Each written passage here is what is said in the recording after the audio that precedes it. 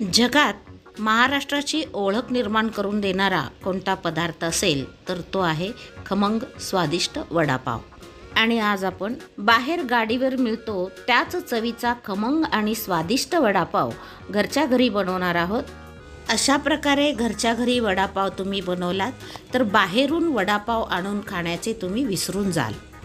चला तर रेसिपीकडे वळूयात। इथे मी 1 किलो बटाटे छान शिजवून घेतलेले आहेत, वरच्या साली काढून घेतलेले आहेत।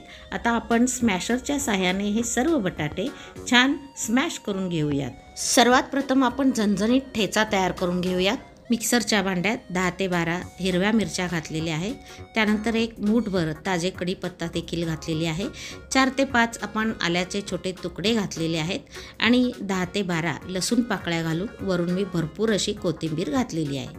आता हे आपण मिक्सरमध्ये फिरवून त्याचा ठेचा तयार करून घेऊयात। हा ठेचा आपण सारणामध्ये घालणार आहोत। कढईत 2 ते 3 चमचे तेल गरम झाल्यानंतर त्यात मी मोहरी टाकून घेतलेली आहे आणि मोहरी छान तडतडल्यानंतर त्यात आपण कढीपत्ता घालूयात आणि तयार करून घेतलेला ठेचा आपण त्या तेलामध्ये अगदी 1 ते 2 मिनिटासाठी छान परतवून घेऊया। या मिश्रणातच आपण अर्धा चमचा हळद आणि थोडंसं मीठ घालून देखील मिक्स करून छान परतवून घेऊयात। अगदी एखादा मिनिट परतल्यानंतर आपण हे गॅस बंद करून घेऊयात।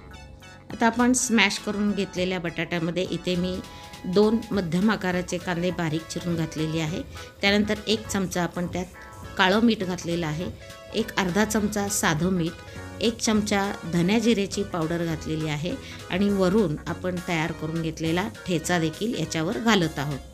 त्यानंतर भरपूर अशी कोथिंबीर देखील घालून आपण हे सर्व मिश्रण हाताने व्यवस्थित मिक्स करून घेणार आहोत। हातानेच व्यवस्थित तुम्ही मिक्स करून घेतला तर सर्व घटक एकजीव होतील। वरून आपण 1 लिंबाचा रस याच्यामध्ये मिक्स करून घेत आहोत। त्यानंतर 1 चमचा मी चाट मसाला देखील घातलेली आहे। आता हे सर्व छान एकत्रित मिक्स करून आपण छानसं सारण तयार करून घेतलेलं आहे। पहा, अगदी मस्त चटपटीत असे सारण तयार झाले आहे। आता या सारणाचे आपण छोटे छोटे गोळे करून घेऊयात। ब्रेडच्या मध्ये वडा ठेवणार आहोत, त्यामुळे आपण आता या सारणाचे असे चपट्या आकारात आपण गोळे तयार करून घेऊयात। आता वड्यासाठी लागणारे पीठ आपण भिजवून घेऊयात। इथे बेसन पीठ आपण जेव्हा घेतो हे बेसन पीठ आपण चाळणीने छान चाळून घेऊयात। चाळल्यामुळे पीठ भिजवताना त्यात गुठळ्या होणार नाहीत। आता चाळून घेतलेल्या पिठामध्ये इथे मी 2 चमचे तांदळाचे पीठ मिक्स करून घेत आहे। तांदळाच्या पिठामुळे वड्याचे वरचे आवरण एकदम खुसखुशीत होते।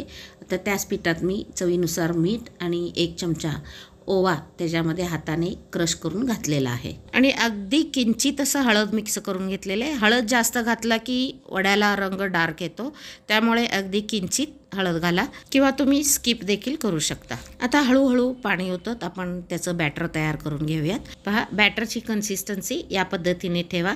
फार पातळ अथवा घट्टसर आपल्याला बॅटर तयार करून घ्यायचं नाही। अगदी 1 पाव चमचा सोडा मिक्स करून आपण हे बॅटर 5 मिनिटासाठी ठेवूयात। सोड्याचं प्रमाण जास्त झालं की वडे खूप तेल पितात, म्हणून किंचित सोडा घाला। तयार केलेले सारणाचे गोळे आपण पिठात घालून सर्व बाजूने पीठ लागेल या पद्धतीने बुडवून आपण तेलामध्ये हळूहळू सोडून या पद्धतीने हे वडे तळून घेऊयात। स्लो ते मीडियम आचेवर याच पद्धतीने सर्व वडे तळून घेऊयात। ब्रेडच्या आतून बाजूने लावण्यासाठी पुदिना, कोथिंबीर, हिरवी मिरची व आलं वापरून मी इथे हिरवी चटणी तयार करून घेतलेली आहे। ब्रेडचे असे आपण मधून काप करून घेतलेला आहे। आता ही तयार चटणी आपण या पद्धतीने चमच्याच्या साहाय्याने ब्रेडवर छान पसरून घेऊयात आणि वरून खमंग अशी शेंगा चटणी घालूयात।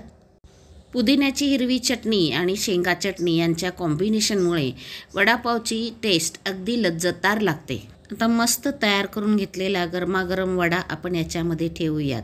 आता या वडापावबरोबर तळलेल्या मिरच्या हव्याच या पद्धतीने मी मिरच्या घेऊन मधून चिरून घेतलेली आहे आणि या झाऱ्यामध्ये या पद्धतीने ठेवून तळून घेऊयात। अगदी कडक तळून न घेता अगदी या पद्धतीने आपण तळून घेऊयात। आता या मिरच्या एका प्लेटमध्ये काढून घ्या आणि वरून मीठ घालून ते छान घोळवून घ्या।